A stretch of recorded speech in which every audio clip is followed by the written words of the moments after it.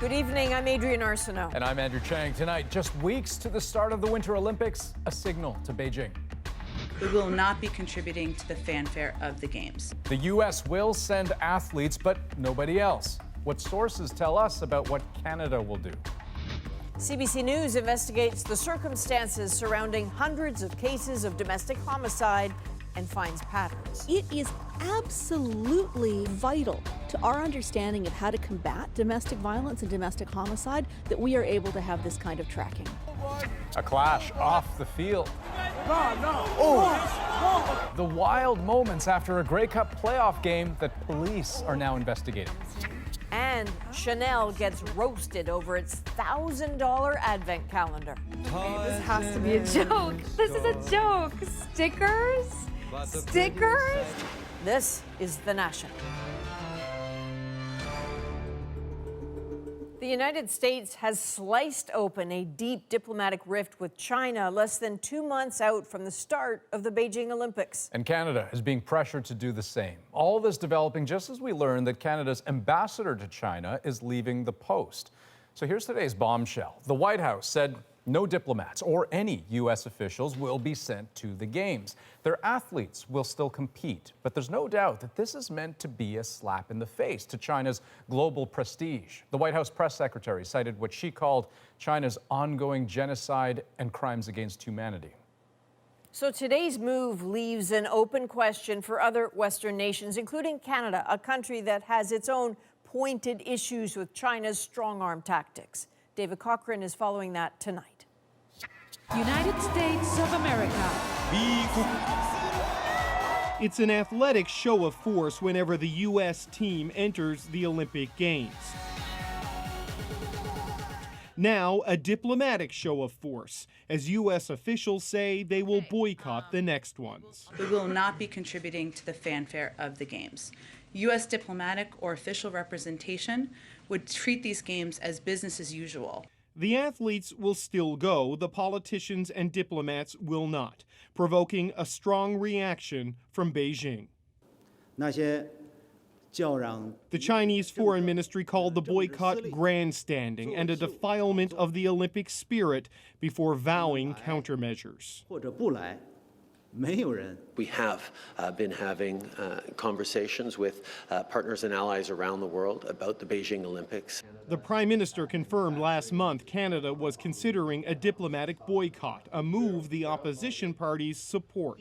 I think that's the best thing we can do alongside our allies to show pressure. This is a strong gesture that should be taken by the Liberal government. I hope Mr. Trudeau will follow Mr. Biden. There's no serious thought of pulling Canadian athletes from these games.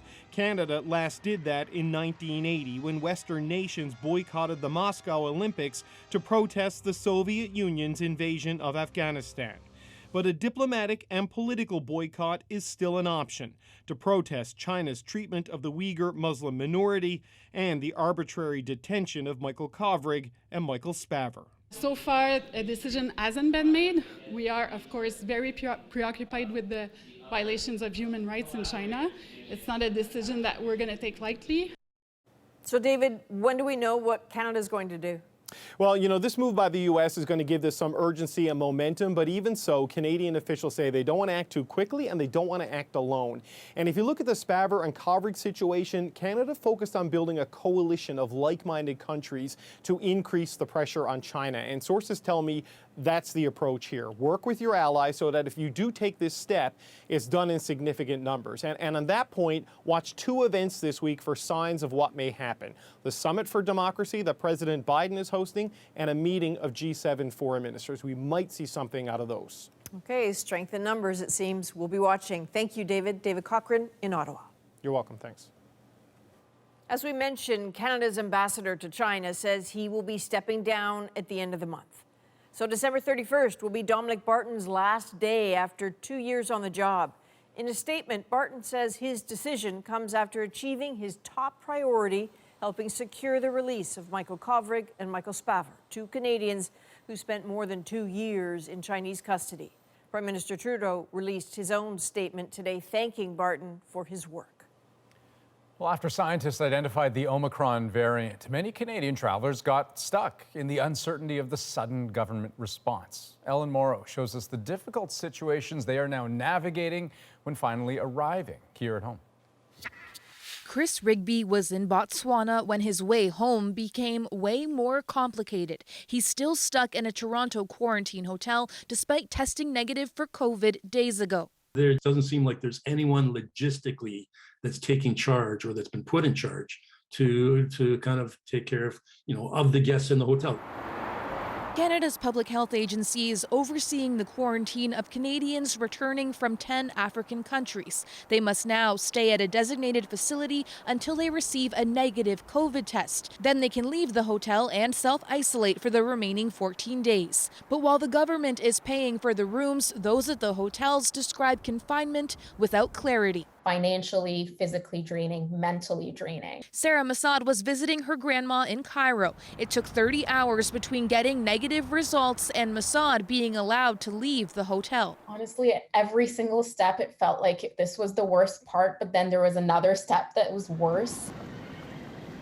Soon, Ottawa says all returning air travelers, except those coming directly from the U.S., will be tested on arrival and asked to make their own arrangements to isolate until they get a result. But testing at airports is still ramping up to support that policy. This will require more time, and that people should be factoring that into their travel plans, but it's a necessary and fair trade-off. It's a hodgepodge of approaches that isn't ideal by any means.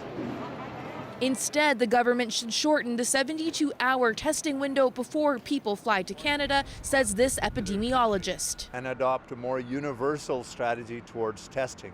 I like the idea of having testing 24 hours before a flight. That policy has just come into effect in the U.S., catching some Toronto travelers off guard. I know it's causing a lot of people some trouble today. Just be on top of all the rules that are changing. Sage advice as the holiday travel season looms. Ellen Morrow, CBC News, Toronto. An oral treatment for COVID-19 will soon be produced in Canada. Pharmaceutical giant Merck says it is investing $19 million to scale up production of its antiviral drug in a facility east of Toronto. The company says it will make Canada a global hub for the production of that treatment. The drug is currently still pending approval from Health Canada. This is the National Day of Remembrance and Action on Violence Against Women. It's marked on the anniversary of the École Polytechnique massacre. On this day, 32 years ago, a gunman entered a classroom, told the men to leave, and shot the women. He would go on to kill 14 women in all, injuring another 10. Today, they were remembered. At the school, roses were quietly laid near the names of those lost on December 6, 1989. Then tonight, they were honored again as 14 beams of light were projected into the sky from Mount Royal. The Prime Minister was part of the crowd, kept small again this year because of the pandemic. Now today, CBC News is releasing the results of a 16-month-long investigation into hundreds of intimate partner homicides in this country over the last 5.5 years. Detailed national case tracking like this has never been done before. Getting that data is a struggle, but it's vital to understanding the problem. Tara Carmen explains what that data shows often comes before a death. And a warning, this contains a detailed account of abuse. A little bit hot. Delilah McKeith never thought she'd be raising her grandkids. But on February 23, 2017, she took on the role of mom after her daughter, Nicole Clifford, was stabbed to death. The accused, her estranged husband. She said, "Mom, I'm not happy. I'm abused. And I live in fear." I said, "Come home. It's time to come home." And she died shortly after. McKeith's daughter's story is like hundreds of others. CBC News has compiled groundbreaking data for nearly 400 cases. Predictably, patterns emerge. Murders happening during or right after a separation, previous reports of abuse, controlling behavior. Data like that is missing in a lot of the cases we analyzed.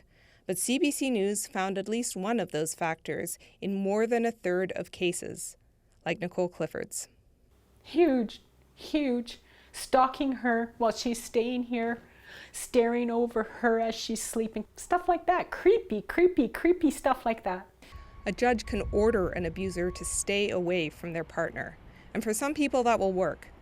But for the cases where we have the data, 36 homicide victims had protection orders. Paula Simons is an independent senator from Alberta and former journalist who covered domestic homicides.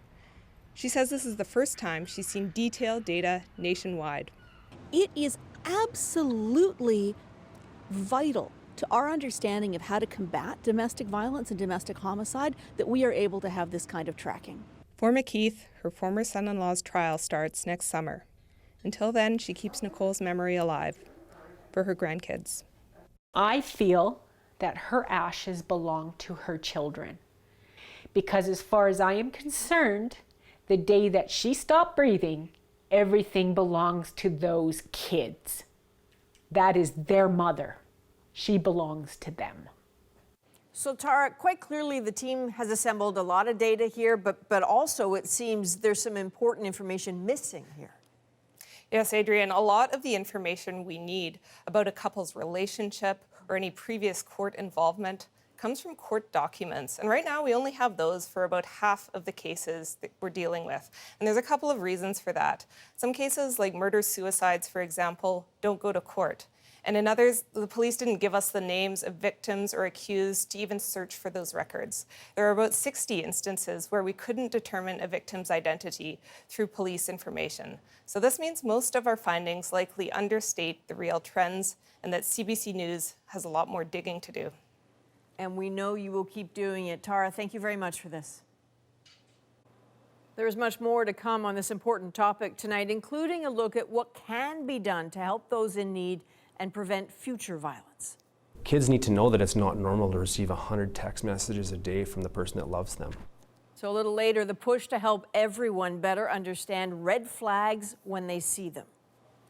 So there is help for anyone who needs it. EndingViolenceCanada.org and ShelterSafe.ca both list crisis supports, shelters, and sexual assault resources. But in cases of immediate danger, of course, you should call 911 or another local emergency number. Well, we have another story emerging from the military tonight. 2 sexual assault complainants tell CBC News that their cases were closed because the men they accused declined to be interviewed by investigators. As Ashley Burke shows us, the women feel betrayed, particularly because of the timing. This retired Canadian Armed Forces member says being sexually assaulted 20 years ago left her broken. Now finally reporting it has left her stunned. I feel misled, I feel let down, I feel robbed of the justice that should happen as a result of this investigation. She asked us to keep her identity confidential to avoid jeopardizing an ongoing HR process. Earlier this year, she filed a complaint against a now senior officer. She claims he and another superior sexually assaulted her at the same time. But she says the Canadian Forces National Investigation Service dropped the case because the alleged perpetrators declined to be interviewed. They said the case was closing due to insufficient evidence. The only evidence that they have is my testimony. So why are you asking people to come forward on historical cases if you're not going to do the work to really get to the bottom of it? This former lawyer for the military justice system says that system shouldn't rely on the accused cooperating. It feels like the usual people who get that sort of treatment of they don't want to talk to us, so we don't want to proceed, tends to be of people within higher authority compared to, relative to the victim. That's why some wish their cases would be passed along to civilian investigators. Instead, 2 complainants were told their rape cases against senior officers were officially closed. On the exact same day, the new Minister of National Defense, Anita Aung, announced a major development. We are going to be moving sexual assaults, including historical sexual offenses alleged to have been perpetrated by members of the CAF, past and present, to civilian courts. My case was closed just before some arbitrary deadline, therefore will not be sent to civilian prosecutors. I will feel robbed of a second opinion that I think that I deserve. Okay, so Ashley, how many cases were closed around the same time as that announcement? Well, Andrew, despite our requests over the past 3 weeks, the Provost Marshal's office won't say how many cases it closed in the days before that announcement and the weeks that followed. They say it takes time to analyze those numbers, and the focus right now is on preparing to transfer cases to civilian authorities. But the office did say there's nothing stopping military members from filing a new complaint with civilian police. The complainants, though, said that they aren't satisfied with that answer because it means starting back at square one, and it puts the onus back on the victim. Okay, thank you. Ashley Burke. Thank you. Conservative leader Aaron O'Toole has asked for a probe into allegations of verbal abuse and staff mistreatment by one of his own MPs. We have to make sure that we are welcoming people to work on Parliament Hill free of any form of harassment or a bad workplace. These are allegations at present, but I've asked the House of Commons to investigate them. CBC News spoke with 3 former staffers of Alberta MP Shannon Stubbs. They described the work environment as toxic, hostile, and high stress. In a statement to the Globe and Mail, Stubbs denied the allegations, saying they're only coming out because she has opposed O'Toole's leadership. In Myanmar, the power of the military that took over in a coup earlier this year was further cemented today. The civilian leader, ousted from power earlier this year, was sentenced to 2 years in jail. And as Sasha Petrusik reports, criticism of that move isn't limited to Myanmar. Protesting the verdict, defying the military, people in Yangon took to the streets today. Elsewhere in Myanmar, somewhere secret, deposed leader Aung San Suu Kyi began her 2-year jail sentence. She was last seen 6 months ago as her trial started on charges ranging from incitement to violating COVID rules. Today, in a sealed courtroom, she was found guilty. The trial was a sham trial by a military-controlled court. The ruling was harshly denounced by the UN and in capitals around the world. Over more than 3 decades, Suu Kyi became a symbol of Myanmar's struggle for democracy over military dictatorship. Among her accolades, a Nobel Peace Prize and honorary Canadian citizenship. Recently, the world condemned her crackdown on Myanmar's Rohingya minority, but her popularity at home never faded. It's not that people want her back in power, it's that they want the military out of power, and she's a symbol of that striving. Foreign criticism hasn't deterred Myanmar's military junta, which took power from Suu Kyi's government after it won a landslide vote a year ago. Canada's UN ambassador, previously Ottawa's special envoy to Myanmar, investigating the Rohingya crisis, says it's time for more targeted sanctions against the generals. And you got to remember that the junta is a business as well as a regime. And so the more we can strike at, where it hurts them and how it hurts them, the better off we'll be. But the people of Myanmar are suffering. Ray denounces the verdict, but says many at the UN don't believe in widespread embargoes. Tonight, the anger, the protest of pots and pans echoed again through Yangon. Sasha Petrusik, CBC News, Toronto. A CFL game turned ugly off the field, and police are now investigating this.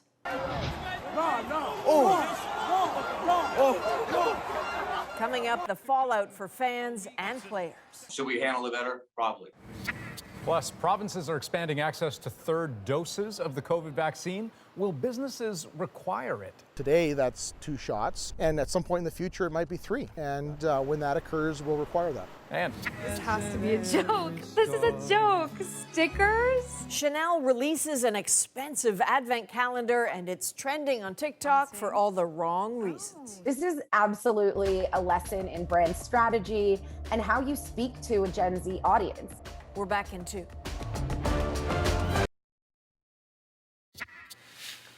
Welcome back. Ontario had planned to phase out its proof of vaccination program as early as next month. That plan has now changed. The vaccine passport expected to be in place for several months, if not longer. And as Julia Wong explains, with boosters now widely recommended, some are already preparing for the requirements of being fully vaccinated to grow. Dozens of workers fill this construction site in Edmonton. Every single one of them is fully vaccinated. For Shandro's Construction, it's mandatory. You know, the science on this is clear, and so we've always been following the science. That science has prompted expanded access to third doses for many Canadians. Tim Caldwell says that is raising questions among employees. We've got a policy now, and the question is, like, when does the policy include boosters? Right now, a person is fully vaccinated if they have 2 doses of an approved vaccine or 1 dose of the Johnson & Johnson vaccine. But Federal Health Minister Jean-Yves Duclos hinted Sunday on Rosemary Barton Live that definition could expand to require a 3rd dose. Probably, almost certainly, because that's how the history of vaccination proceeds. You know, with vaccines have a limited time during which they are fully effective. Canada would not be alone. 3rd doses are now required for vaccination passports in France and in Israel. Labor law specialist James Lingwood says companies may need to update their policies. They're in the situation where their policy spells out what it means to be fully vaccinated and doesn't dovetail with what the government's saying. In that sort of a situation, the employer is going to have to look at rewriting its policy, notifying its staff. Health policy expert Cheryl Camillo says Canadians may be frustrated if goalposts move, but this is a good sign that our public health authorities are following the latest science, and that there is such a strong investment in science to protect us. As for Caldwell, he'll be closely watching what qualifies as being fully vaccinated. So today that's 2 shots, and at some point in the future it might be 3. And when that occurs, we'll require that. Julia Wong, CBC News, Edmonton. Next on The National, we continue our crucial conversation about intimate partner homicide and what people need to know. Kids need to know that it's not normal to receive 100 text messages a day from the person that loves them. Plus, don't you worry, the mother's gonna make her love good. The Tragically Hip honor the victims of the École Polytechnique massacre. Stay with us.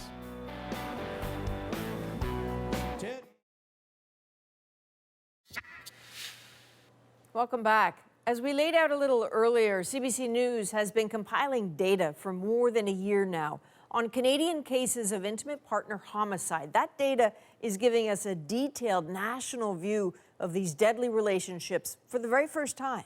And as Caroline Bargout shows us, it is renewing the conversation about how society can intervene and how individuals can avoid them or get out of them. Susan Caribou did everything she could to help her friend Marie Morin find the strength to leave a violent relationship. Especially on the holidays. Yeah. On 5 separate occasions, Morin came to stay with Caribou, but she always went back. She didn't want to talk about it, but I would tell her, you got to leave this guy. You know, this guy is going to end up killing you one day. On May 14th last year, Morin went back to her boyfriend one last time. She was killed the next day. Could anything have helped her and so many others locked in these dangerous relationships? Police know the signs and try to get there in time. They say on average, it takes victims of intimate partner violence 12 tries before they leave for good. Winnipeg Police Detective Sergeant Shane Weprock says 2/3 of the time, victims don't want the relationship to end. They just want the violence to stop. The first step is really the hardest for a victim to navigate through, but that's what we're here for, is to really help them take that first step and to assist them in navigating through some of the darkest hours that they're going through. Last January, the Winnipeg Police Service launched a pilot program in which officers were partnered with a domestic violence support worker to better respond to calls involving intimate partner violence. The idea is to bring essential resources to victims as soon as possible to start safety planning and figuring out next steps. It's not just physical danger. There are other warning signs to watch for. Kids need to know that it's not normal to receive 100 text messages a day from the person that loves them. Jesmond Mendoza agrees. He's a Toronto psychologist specializing in gender-based violence at post-secondary schools. He remembers early in his career, he was invited to a high school to talk about healthy relationships, and the students really responded to it. I recall that class being really hanging on to all the ideas that I was sharing about in terms of how do you look for a partner that is compatible with you, how do you work through relationship issues, and then how do you exit exit those relationships gracefully if they're not working for either or both individuals without having to resort to violence, abuse, control, harassment. How do people recognize their loved ones are in trouble? Do they seem isolated, cut off?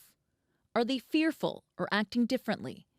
Lana Wells has thought a lot about this. The reality is the majority of victims do not go to police and do not go to formal supports. They go to their friends and family and colleague. And so that means it's all of us need to better understand violence and what we can do about it and be positive supporters for people who are experiencing it. Believe them, love them, support them, and get them the supports and services they need, and also get the supports and services you need to be a good supporter. That's what Susan Caribou tried to be for Marie Morin. That guy really had a hold on her. She told me more than a few times she really wants to leave him, but she was scared to. He would find her no matter what. So that's what she always told me. The experts agree that saving people from deadly relationships involves knowing what to look for early on and where to turn for help. Caroline Bargood, CBC News, Winnipeg. And so we want to put these resources in front of you one more time. These sites can point you to crisis lines, shelters, and other supports if you need them. But in any instance of immediate danger, of course, call 911. Now, we know intimate partner violence isn't always directed at women, but it very often is. And today, violence against women is very much in the spotlight as we also mark the anniversary of the École Polytechnique shooting. One of the tributes to the victims today comes from the Tragically Hip. She used to like lavender pantsuits, long black velvet gloves. The band released this new music video today for a new yet also old song called Montreal. The snow is so merciless, poor old Montreal. The song was written shortly after the 1989 massacre, but only released earlier this year. The video is produced by frontman Gord Downey's brother, Mike Downey, featuring the names of the women who died and sketches of them. It just connects, certainly for myself, it just feels like you connect. You see that face and you go, oh my God, like the life and the vitality. They were fully alive, they were dreaming. Nathalie Provost survived that shooting after being hit 4 times. She says the video is a tribute to life. We are bringing their aliveness close to people, so I'm very, very touched. Through the song, the Hip is also raising money for the organization Polly Remembers.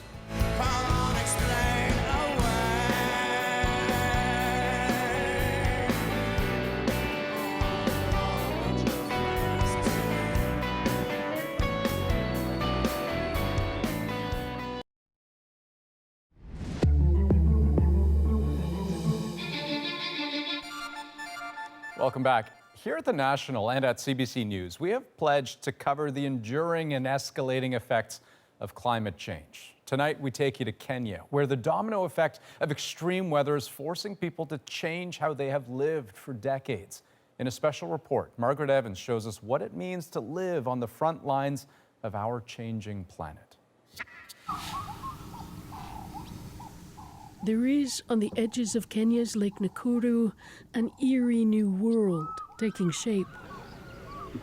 One caught in flickering glimpses between the dead trees of a drowned forest and in the waters that swallowed up people's homes over a year ago now.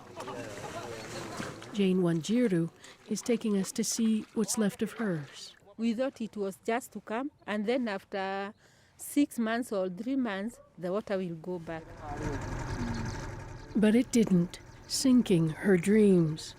Wanjiru had fought her way out of the slums and the single room she'd shared there with her 2 children to be able to buy something she could call her own. When you come from very low and then you get something that you feel like you are proud of it, and then a disaster like this comes, you feel very bad, very bad. Especially when there is no answer to calls for help. Over 200 households, most like Wanjiru's, were lost to the flooding here in Wariki. All are still waiting for compensation. David Kiragu bought his land in 1972, a small-scale farmer. He says he doesn't know how to start over again at his age and suffers from depression. We are blaming people because they have interfered with the environment, especially even the other countries, because industries and all this. Lake Nakuru lies in the Great Rift Valley, where flooding in a string of lakes has displaced thousands. Massive deforestation has made it worse, and seismic activity could be affecting groundwater levels.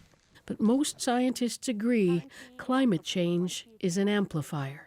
The reason why we think climate change could really be playing a role is because these sort of trends have really been accelerated in the past few decades. So there wasn't this before. The lake has gone from some 40 square kilometers to 70, past the border of Nakuru National Park, which used to enclose it.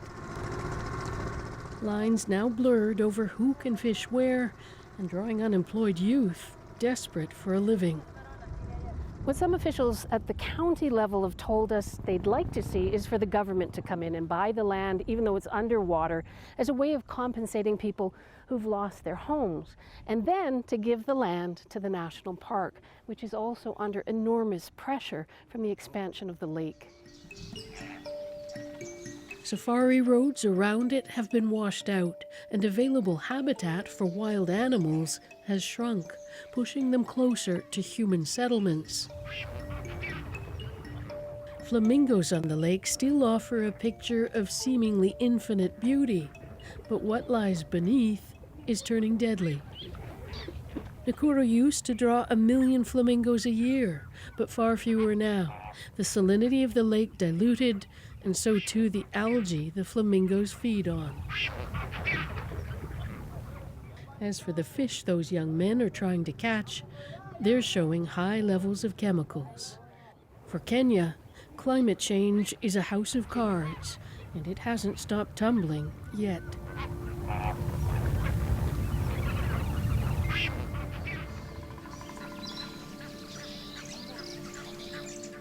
To the north and east in Laikipia, in the shadow of Mount Kenya, the land is thirsty. And competition for it is growing. It's not easy to sneak 100 head of cattle on or off private land, but that's what's happening here through a cut fence, illegal grazing. Pastoralists who run cattle for a living say the failure of seasonal rains has made it a matter of life or death for their herds. Samuel Pareri is a member of the Maasai tribe. Because we don't have a place to go and our cow are dying, so we see that this is the only place we can get grass. The Maasai way of life, traditionally nomadic, is already under pressure to shift to sedentary farming and adopt drought-resistant crops. Joachim Kuraru is not a typical herder. A former teacher who works for an aid agency, he and his family still keep a small herd of cattle. But they've also been trying their hand at farming, with limited success. An elephant came through this fence here. You can see the fence? The first season I actually planted, they were all destroyed by elephants. Laikipia is home to the second largest elephant population in Kenya, along with a dozen wildlife conservancies and several ranches, still associated by many with the colonial days of white British rule. People are coming up with the notion of conservation as a neo-colonialism. That is what we are thinking. Because people, they value, wild animals are valued more than us. Abraham Jenga is a wildlife manager with a conservancy called Ol Bajeta, 90,000 acres of grassland devoted to sustainable conservation. Some elephants have been raiding crops in a farming settlement next to the wildlife reserve, and he's on his way. The idea we're trying is to push them back to the conservation area.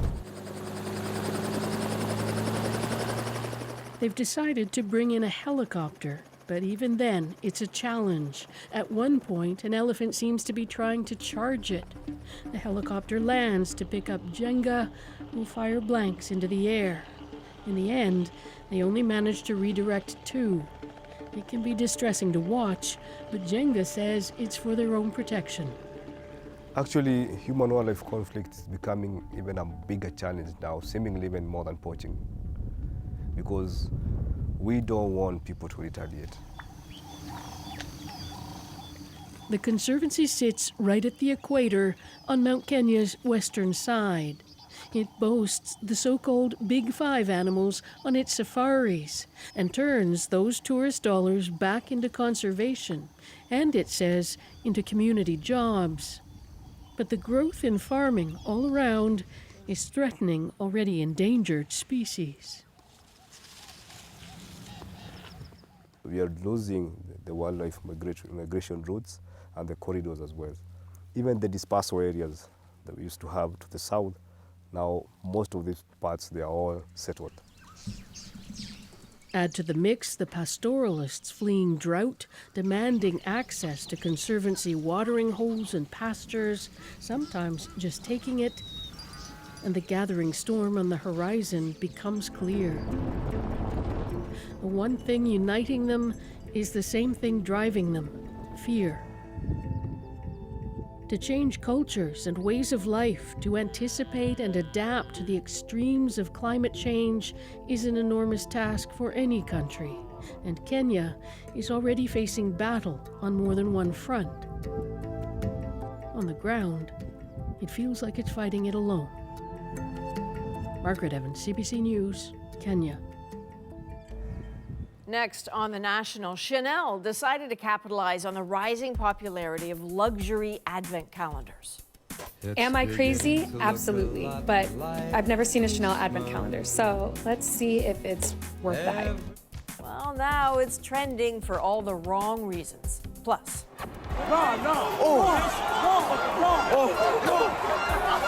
A scuffle off the field at a Grey Cup playoff game. Now police are investigating. Next. I'm Angela Starrett. Tomorrow on CBC's daily news podcast, Front Burner. As prices go up across the board, inflation's become a tool to hammer Justin Trudeau's Liberals. So we're taking a look at the economics and the politics. Subscribe wherever you get your podcasts. Canadian tennis star Bianca Andreescu plans to sit out next month's Australian Open. The 21-year-old announced on social media that she needs to recharge, both mentally and physically, after being worn out by multiple weeks of forced quarantines for COVID protocols. She says she was also deeply affected by her grandmother's time in an ICU fighting COVID. But after a break, she says she will be back stronger than ever. Well, the Hamilton Tiger Cats now have their shot at the Grey Cup after defeating the Toronto Argos on Sunday on their own turf. But it's a clash off the field that's now captured the attention of fans, the league, and the police. Greg Ross has that story. Go, Bud! Go, Bud! Go, Bud! Go, Bud! Oh. This chaotic scene played out just moments after the Argos were eliminated from the CFL playoffs as the team was leaving the field. Anytime that there's a negative experience between our players and our fans, it's extremely disappointing. Argos GM Mike Pinball Clemens says the team is cooperating with police. This video circulating online shows Argos defensive back Chris Edwards walking towards a group of fans. Several of his teammates scramble to the scene. Then a fan dressed in Ticats colors appears to clash with Edwards. There's a scuffle. Argos receiver Dejon Brissett intervenes before security gets involved. Bethel Thompson. Quarterback McLeod Bethel Thompson says the scene was hostile despite the fact this was a home game for the Argos. Thousands of Tiger Cat fans made the hour-long drive from Hamilton. It's a Hamilton game. Of course, all the Hamilton fans were screaming that we're idiots. Some of the terms that were used towards some of these players aren't acceptable in any avenue of life. So should we handle it better? Probably. But, I think everybody's got a hand in this thing, and we got to figure out a better way to, to handle this thing. How exactly it all started and how many people were involved is unclear from the videos alone. 2 people are charged with trespassing and police are not ruling out more charges. At this point, the Argos have not said if they will discipline players. I've certainly seen some of the footage. I heard from the police right afterwards that our players were great. It's best for the professionals that are involved in this to give us some more concrete answers. The Argonauts say local police are working with stadium security and the league office to determine how this altercation started and what, if any, action needs to be taken moving forward. Greg Ross, CBC News, Toronto. Drake has pulled out of the Grammy Awards. And I'm way too sexy to go unprotected. The Canadian rapper received 2 nominations, one of them for this song. Why he pulled out of the awards race is unclear, but Drake has criticized the Grammys in the past, most notably last year when the awards shut out fellow Canadian The Weeknd from any nominations. For many people, this is Advent calendar season. They can come in a variety of shapes, sizes, and materials, but the latest trend is luxury. French fashion house Chanel released its own with a very steep price tag. But as Jacqueline Hansen tells us, some say it is a flop. I've never seen a Chanel advent calendar. It started out as a simple unboxing on social media. 10 out of 10 on the packaging front. A first look inside Chanel's exclusive advent calendar. The company calls it a collector's item made in ultra-limited quantities with an ultra-elite price tag of $1,025 Canadian. But for this TikTok user, it didn't live up to the hype. Okay, this has to be a joke. This is a joke. Stickers? Stickers? Her reaction has racked up more than 14 million views. But what's inside the calendar shouldn't actually come as a surprise. It's all laid out on Chanel's website, some full-sized items, some branded trinkets. And if a product's worth is defined by what people are willing to pay, on eBay, some resellers are now pricing it at more than $2,000. Beauty's in the eye of the beholder. So there may indeed be, many happy owners of Chanel's advent calendar out there who haven't bothered to tell the world about it on social media. But more disappointment followed, along with a flood of negative comments on all of Chanel's social media platforms. Then, Chanel just blocked me. But Chanel calls that claim absolutely inaccurate. The company says it has never blocked access to the Chanel TikTok account to anyone because it is simply not active. It also says it is sorry that this calendar may have disappointed some people. Really, This digital media strategist says it shows how quickly misinformation can spread. They're not reporters, they're not fact checking. They're seeing a situation happen and they're steamrolling on the opportunity because for them, it does build their audience, which is ultimately what they want. For Chanel to get its message heard, it may have to break its TikTok silence. This is absolutely a lesson in brand strategy and how you speak to a Gen Z audience. Still, Chanel's calendar opened up a few free days of publicity, whether that was the intention or not. Jacqueline Hansen, CBC News, Toronto. Well, when we come back, how the pursuit of science turned into a breathtaking moment. The story behind this photo is coming up.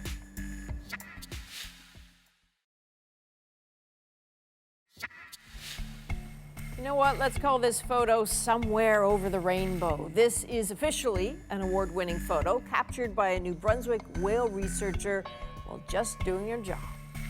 After going through her footage and realizing that picture she had, the researcher submitted it. You know how it ends. The whole story of how science turned into art is our moment.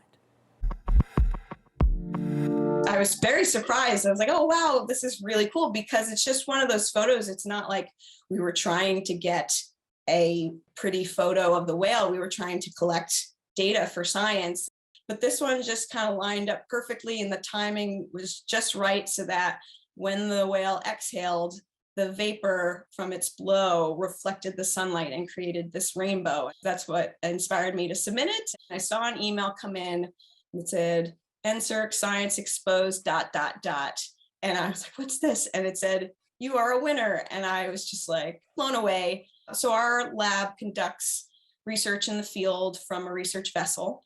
We will launch the drone and hover over the whales as they come up to the surface to breathe. And it also allows us to take thermal images of their open blowholes. And it just so happened that science kind of crossed with art. And I owe all the credit to the whales just being, you know, the majestic animals that they are. Yeah, fair point at the end. And the work looks really fascinating, but isn't that the dream, right? You're just rifling through some old footage and then, wow, that looks pretty good. Perfect. Yeah. And she's donating some of the money she won, of course, to whale research. Part of it is just finding out if they have to move because of climate change and if they're okay. That is the National for December the 6th. Good night. Good night.